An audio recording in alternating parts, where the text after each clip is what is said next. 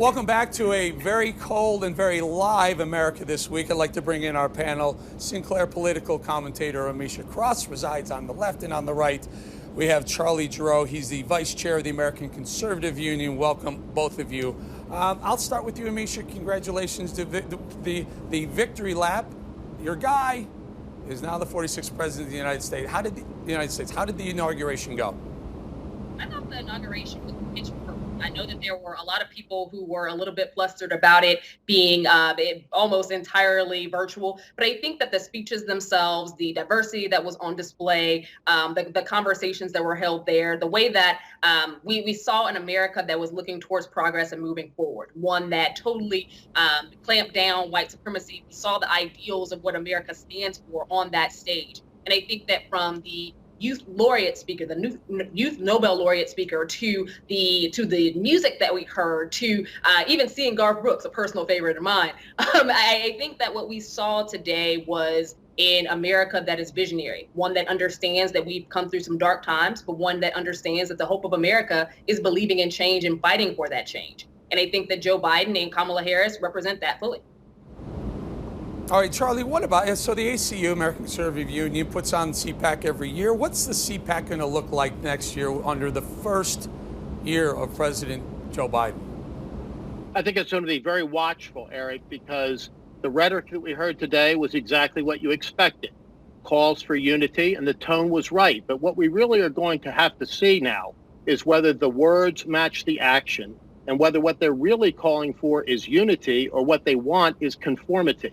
And in the first hours of the Biden presidency, he was down signing executive orders. Incidentally, Barack Obama signed 0 his first day. George Bush didn't sign any. Donald Trump signed 1. And today, President Biden, more than a dozen, doing some things that turn the clock significantly backwards and tilt the country dramatically to the left. And so now the legislative agenda comes, and massive tax increases, et cetera. So there are going to be some sharp philosophical battles ahead, and I think that will be what you'll hear at CPAC this year.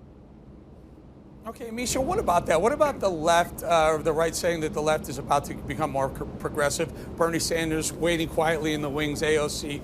Will they pull, as they promised, they warned us and they promised, will they pull Biden and Harris further to the progressive left?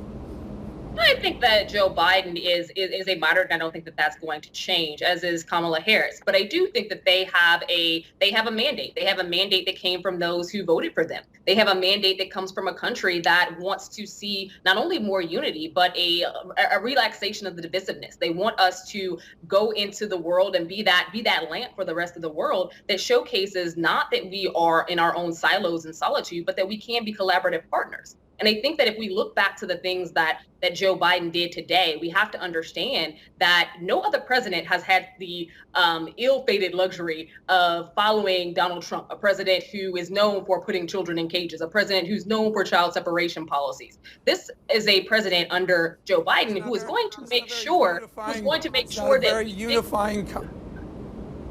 that's a very unifying comment, Ameshia. I only have about a minute and a half. Can I get Charlie in here?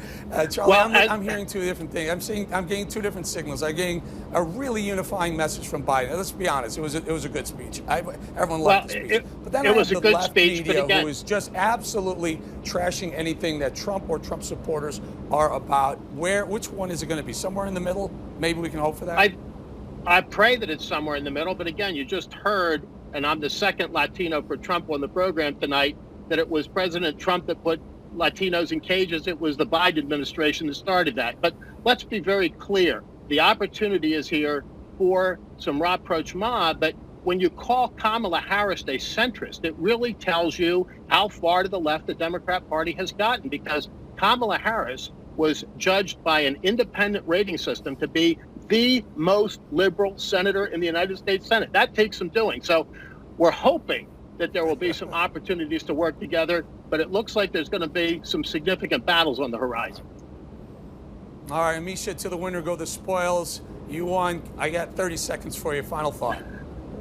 The American public has spoke loudly and proudly. We also saw the inception of 2 new Democratic senators from Georgia, a state that many people thought could never turn blue. This country is going in the direction that it should be going right now. And I think that the inauguration of both Kamala and Joe Biden showcases, again, where the path forward happens to lead. All right, we're going to leave it there.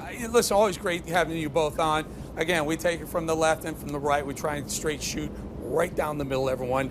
Ameshia Cross, Charlie Gerow, thank you very much.